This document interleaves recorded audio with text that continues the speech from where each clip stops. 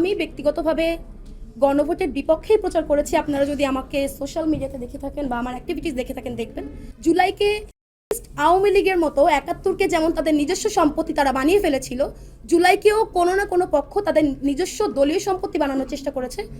আমি জুলাইয়ের সেই সাধারণ মেয়েটা, সেই অরাজনৈতিক মেয়েটা যে কিনা নিজের বিবেক এবং অন্যায়কে দেখে থাকতে না পেরে এই যোগদান করা। পর আমার যে স্বাভাবিক কার্যক্রম, আমার সমাজসেবা, আমার মানব সেবা, আমার মানুষের জন্য করা কাজ, আমার মানবাধিকার নিয়ে করা কাজ, আমি আমার সেই কাজগুলাই করছিলাম। আপনি বলতে পারেন যে এখন সেই জায়গা থেকে আমি রাজনীতিতে কেন? দীর্ঘ সময় আমি আসলে জেনেছি, আমার অভিজ্ঞতার দরকার ছিল, আমি সেটাকে আহরণের চেষ্টা করেছি। একই সাথে আমি যখন দেখলাম আমাদের জুলাইকে কুক্ষিগত করে বিভিন্ন মহল তাদের ব্যক্তি স্বাধীনতা বা দলীয় স্বাধীনতা হাসিলের চেষ্টা করছে, জুলাইকে আওয়ামী লীগের মতো ৭১কে যেমন তাদের নিজস্ব সম্পত্তি তারা বানিয়ে ফেলেছিল, জুলাইকেও কোনো না কোনো পক্ষ তাদের নিজস্ব দলীয় সম্পত্তি বানানোর চেষ্টা করেছে।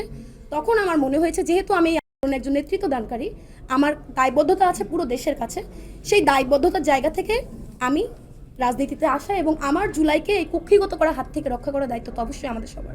ভাইয়া, জুলাই সনদ বাস্তবায়নের তো আমরা সবাই পক্ষে। জুলাই সনদ বাস্তবায়নের পক্ষে আমরা কেন থাকবো না? আসলে জুলাই সনদে আমরা আসলে অনেকগুলা প্রস্তাব দেখেছি, তাই না? সবগুলো প্রস্তাব যে ইতিবাচক ছিল এমন কিন্তু না।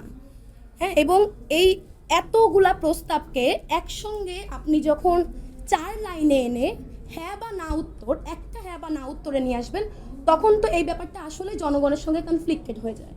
আপনি অনেকগুলা দফা, সেই দফাকে 4 লাইনে নিয়ে আসলেন এবং একটা হ্যাঁ বা নাতে যখন উত্তর দিবেন, তখন আমার কাছে মনে হচ্ছে যে সেটার গ্রহণযোগ্যতা আমার কাছে পার্সোনালি নেই। আমার দল অবশ্যই গণভোটের পক্ষে ছিলেন। আপনি যদি আমার কথা বলেন, আমি ব্যক্তিগতভাবে গণভোটের বিপক্ষেই প্রচার করেছি। আপনারা যদি আমাকে সোশ্যাল মিডিয়াতে দেখে থাকেন বা আমার অ্যাক্টিভিটিস দেখে থাকেন দেখবেন। কারণ আমার কাছে মনে হয়েছে এই যে গণভোট, এই যে জুলাইয়ের ম্যান্ডেট, এটা এইভাবে না, এই প্রক্রিয়াতে না, এই কর্তৃত্বে আসলে না।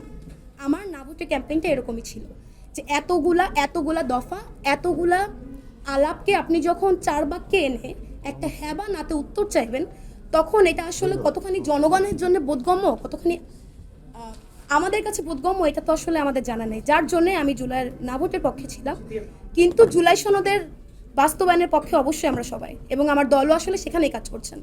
বিএনপি একটি গণতান্ত্রিক প্র্যাকটিসের দল। বিএনপিতে গণতন্ত্রের প্রপার প্র্যাকটিসটা হয়। গণতন্ত্রের প্র্যাকটিস যেখানে হয়, সেখানে আমি একজন সুনাগরিক হিসাবে, আমার যদি ঋণ খেলাপি না থাকে, আমার যদি সরকারের কাছে কোনো দায়বদ্ধতা না থাকে, আমার যদি কোনো মামলা না থাকে, আমি একজন সুনাগরিক হিসাবে আমি কিন্তু নমিনেশন ফর্ম নিতে পারি। এবং বিএনপিতে যোগদানের বিষয় যদি বলেন, সেটা অবশ্যই সদস্য পদ আপনারা যদি আমাকে সোশ্যাল মিডিয়াতেও দেখেন, আমি তো নির্বাচনী ক্যাম্পেইনও করেছি আসলে বিএনপির পক্ষে। সুতরাং আমার এটা সদস্য পদ অনেক আগেই নেওয়া ছিল, আমি কাজ করছিলাম।